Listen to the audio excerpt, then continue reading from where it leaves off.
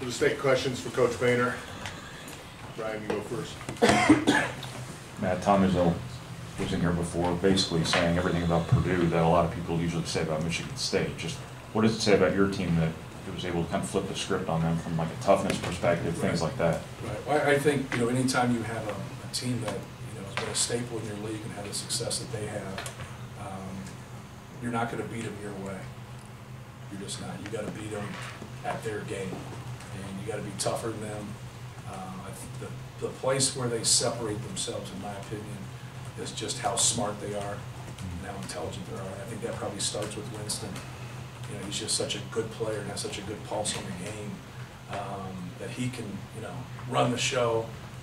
They can get on the road and have large deficits, and he finds their way back into the game. And I think it's just something to have a guy like that to know when he needs to get others involved. He knows when he needs to kind of get involved himself and score the basketball more.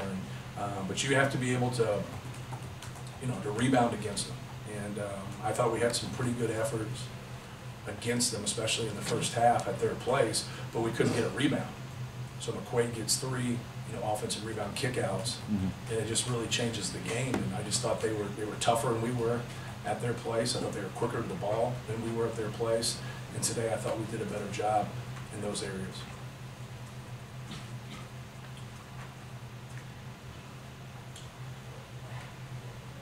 What did you see early in this game from Carson from an effort standpoint? How was he kind of playing into that early stretch the way he was playing hard?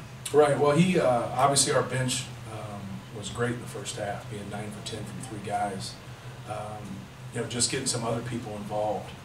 And obviously Michigan State's a great defensive team. And whenever he had the basketball, no matter what action we had, their antennas go up and they try to put 2 or 3 people on the basketball. So I thought he did a good job of just getting the ball out of his hands. But you have to give them credit. They did a good job on him the first time. I thought they did a pretty good job on him this time. He really gave us a punch in that second half, making a couple shots there.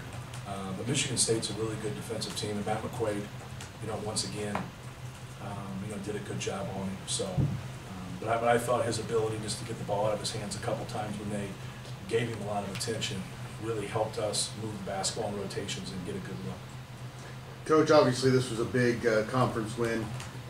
Where do you assess your team as far as the conference race goes? Right. Well, we're not, for us, we're not even at halfway after 9 games. And so I think you got to get yourself into a race in those last couple of weeks of the season. And so if we're in this type of a position at that time, that would be great. But we still got so many games to play. Michigan State, was a team last year. We started off 12-0. And who would want to be in our position and we lose 3 straight games, and then they capitalize on a lot of things on the road. They were kind of dead to their rights on 3 or 4 road games, and they kind of looked like they had everybody where they wanted them. They'd make those runs, and that's what I kind of thought about tonight. Was just the run that they put together against those other people. But they're the champs. That's what I told our guys.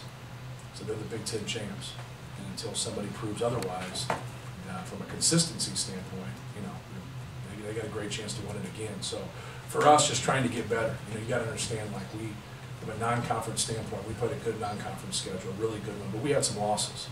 And so just trying to keep your focus with new guys. We only had 1 starter come back. Just trying to keep your focus. And I know it's coaches talking, it's a little hokey, but we're just going to cherish this and then wake up tomorrow and start thinking about Penn State. Matt, over here. They've had some runs like that before, and at Iowa just the other night where they put one together. At what point do you become a little unnerved by it, and then also what makes it so difficult to kind of get a handle on those? I think Cassius Winston makes it difficult. I think he's the difference. They have a great lead guard. His ability to break people down in those runs. So it's a different feeling when you're behind and you can play a little bit more carefree because you have to be aggressive.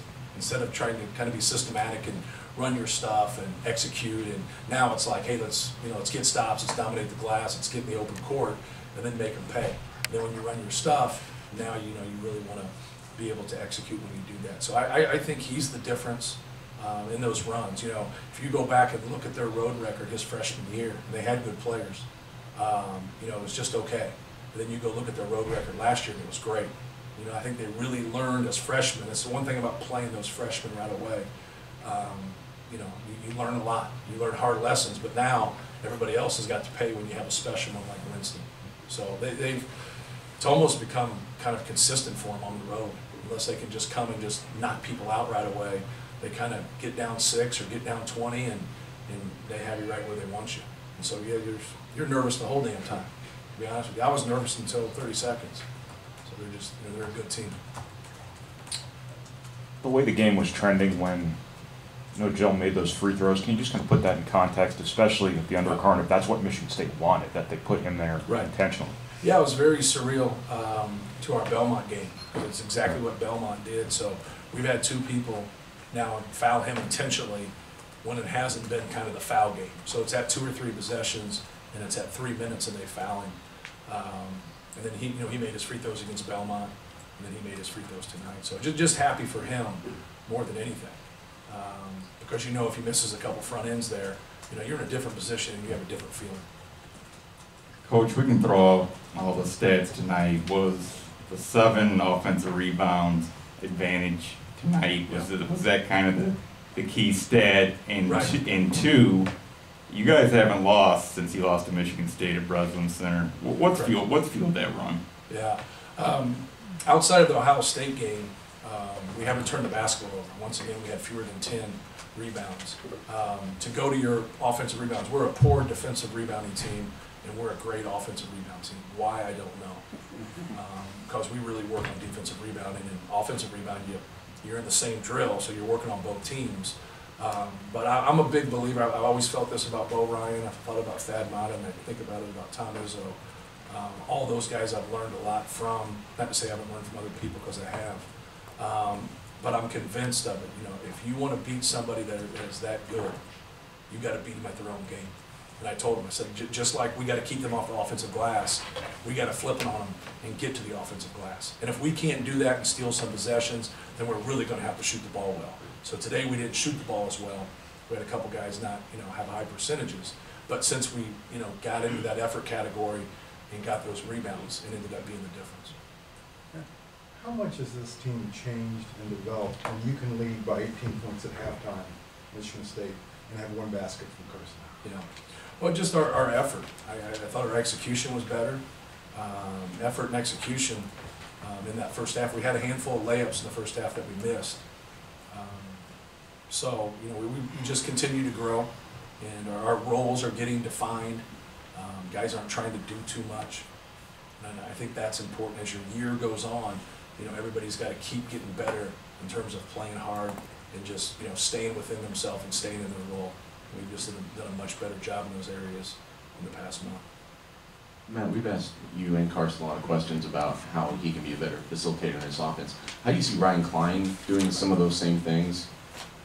Just anytime, 2 to 3 people get on the ball, just get the ball out of your hands. I mean, I know it's profound, but, we run a lot of stuff for him to shoot, but we also run stuff for both of them to make decisions when you can't shoot.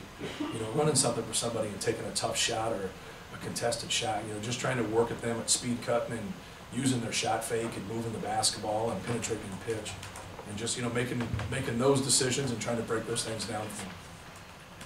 Beyond just even the free throws for no jobs, how important was he across the board tonight with the rebounding and also just taking that assignment on Cassius? Yeah, well, it was great. It shows you how good Cassius Winston is, because I think we did a good job on him. Look at his numbers. It just shows you where he's become and his status as a basketball player in the country. He's a great one. He's played like an All-American the whole year. And I thought Eric Hunter and No-Joe Easter did a great job on him. But No-Joe had a good game. Making your free throws down the stretch, not turning the basketball at all today against a really good defensive team, and then rebounding the ball. He had a drive there late where he made a tough play, driving the basketball. So I thought he had a great game. Tom called your team maybe the best cutting and screening team in the country. Mm-hmm.